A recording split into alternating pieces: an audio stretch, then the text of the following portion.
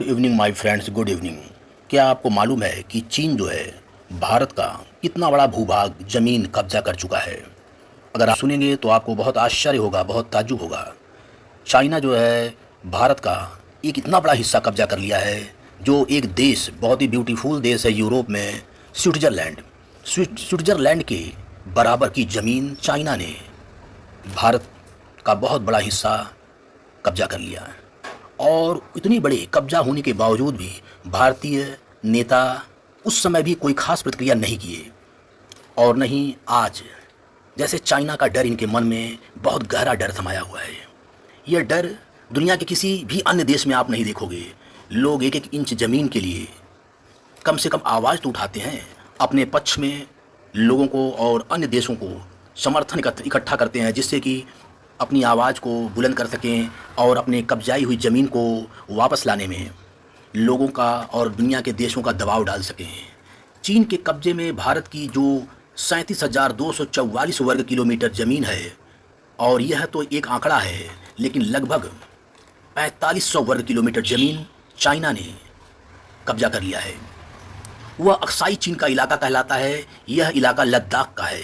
चीन ने इस पर कब्जे की पहली चाल 1962 के भारत चीन युद्ध से बहुत पहले ही चल दी थी। इस बारे में पंडित जवाहरलाल नेहरू ने लोकसभा में बताया था।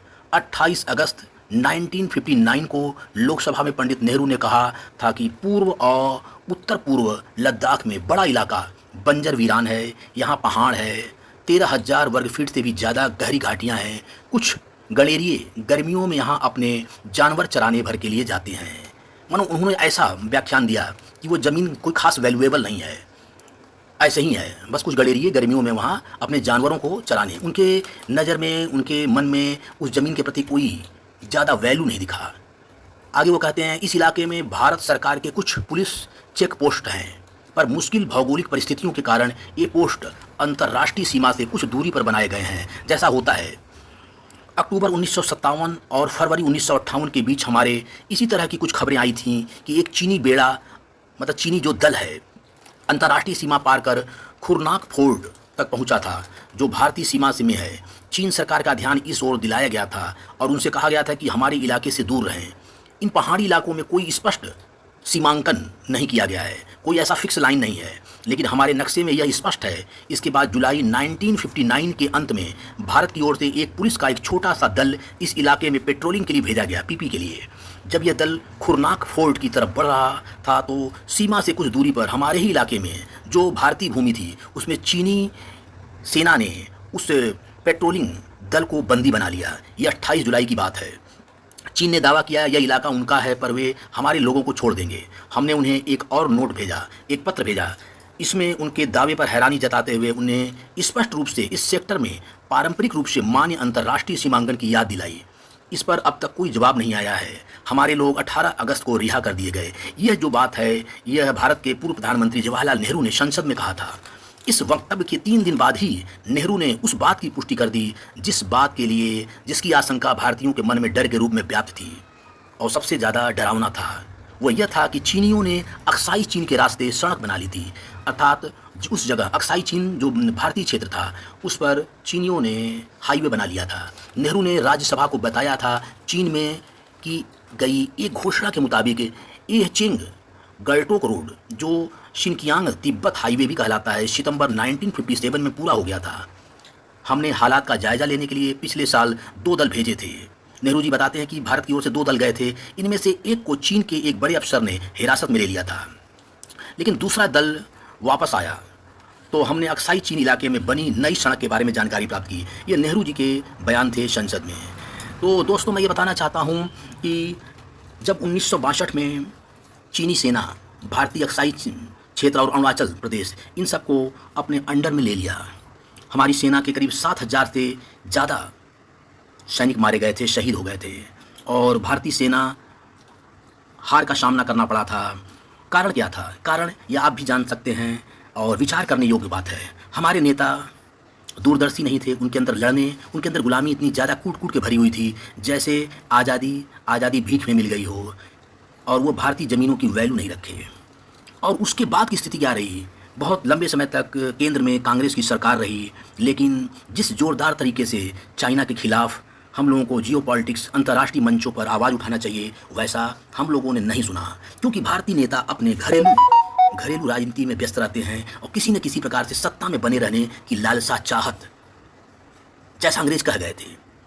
अंग्रेज़ों का कहना था कि अंग्रेज़ जो है जब छोड़ कर जाएंगे तो भारतीय अपनी ज़मीन नहीं बचा पाएंगे। इसका ताज़ा एग्जाम्पल आपने देखा हुआ कि 1947 में भारत आज़ाद हुआ, उसके बाद कुछ क्षेत्र पाकिस्तान ने कब्जा कर लिया और बहुत बड़ा भूभाग चाइना ने कब्जा कर लिया।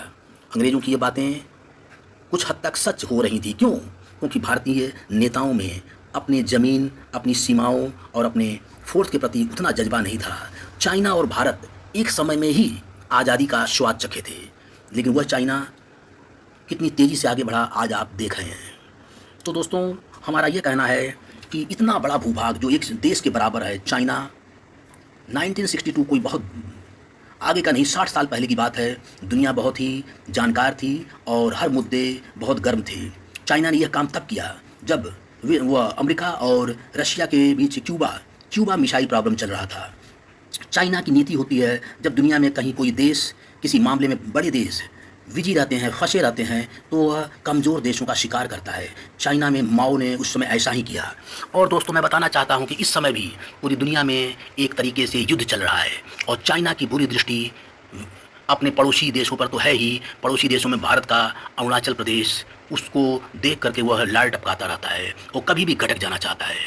तो दोस्तों, आपकी क्या प्रतिक्रिया है हमारे नेताओं के बारे में? और हमारे वर्तमान में समझिए कि जो नेता हैं उनमें राहुल गांधी अक्सर कहा करते हैं कि अभी भी चाइना ने भारत का 4000 वर्ग किलोमीटर ज़मीन कब्जा कर लिया है, वो दिल्ली के बराबर।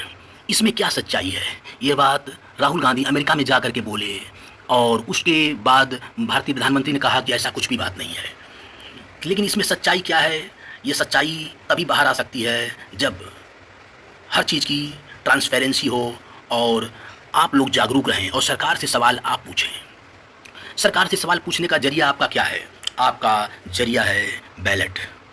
और दोस्तों, देश की एक एक इंच की जिम्मेदारी भारत के प्रत्येक नागरिकों को है, क्योंकि यह क्वेश्चन आने वाली पीढ़ियां आपसे भी पूछेंगी। क्योंकि देश में जितना एक प्रधानमंत्री जिम्मेदार होता है, उतना ही जिम्मेदार उस देश का प्रत्येक नागरिक है, वो भी वह नागरिक अगर वो शिक्षित है तो दोस्तों, आप अपने विचार कमेंट के द्वारा हमें बताएं और यह भी बताएं, क्या भारत अपनी खोई हुई वह ज़मीन वापस ले पाएगा?